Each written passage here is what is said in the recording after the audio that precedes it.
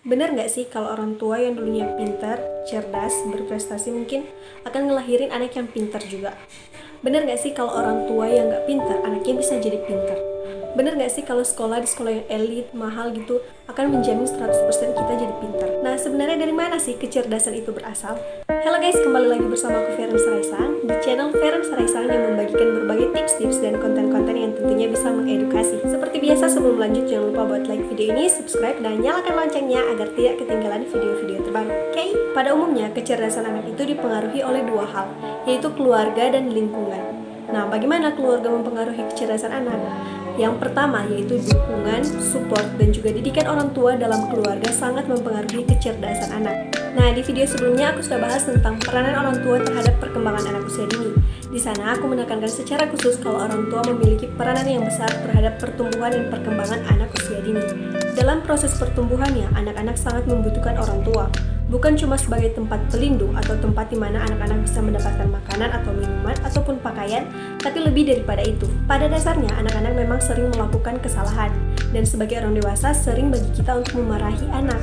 Tapi ada saat di mana kita sebagai orang dewasa memarahi anak-anak tidak dengan sewajarnya. Tidak dapat dipungkiri, terkadang ada saat di mana kita sebagai orang dewasa memarahi anak-anak sekaligus melampiaskan amarah yang kita rasakan sebelumnya.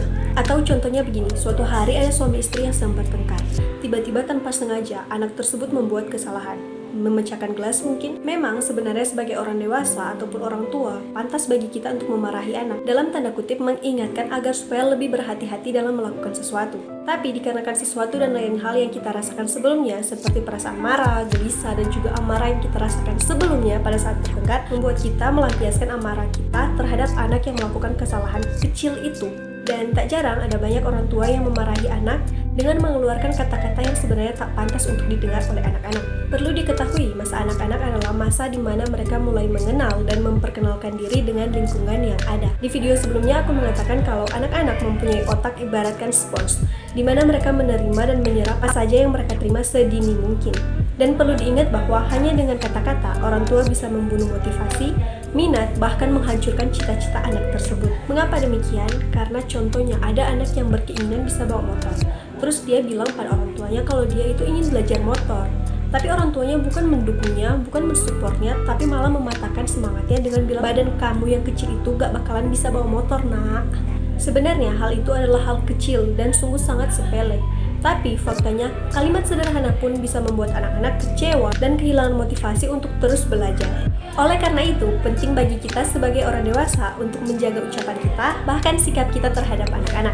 Nah, selain keluarga, lingkungan juga bisa menjadi faktor pendorong, bahkan penghambat kecerdasan anak. Nah, contohnya ada seorang anak yang mungkin di keluarganya selalu mendapat dukungan, support. Nah, orang tuanya juga selalu menjaganya dengan penuh perhatian, selalu membajakannya dan memenuhi kebutuhannya.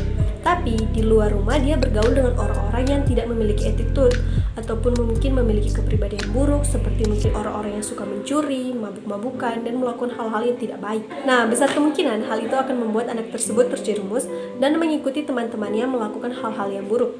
Dan hal ini terbukti hampir di semua kalangan. Ada juga kasus lain yang membuat anak-anak sengaja menjerumuskan diri dalam pergaulan buruk, yaitu karena sesuatu yang tidak didapatkan dari keluarga, atau mungkin karena keluarganya broken, sehingga membuat anak tersebut tidak mendapatkan perhatian yang cukup, sehingga membuat dia mencari perhatian atau tempat di mana dia bisa dihargai dan mendapatkan perhatian dari lingkungannya. Hal ini tentunya sangat mempengaruhi pertumbuhan dan perkembangan anak-anak, termasuk dalam kecerdasannya. Oleh karena itu, sebagai orang dewasa, kita perlu memperhatikan serta mengawasi anak-anak dengan penuh rasa tanggung jawab. Nah, itulah hal-hal yang mempengaruhi pertumbuhan dan perkembangan anak, serta faktor-faktor yang mempengaruhi kecerdasan anak. Jika ada tambahan, silahkan tulis di kolom komentar, dan sampai jumpa di video selanjutnya.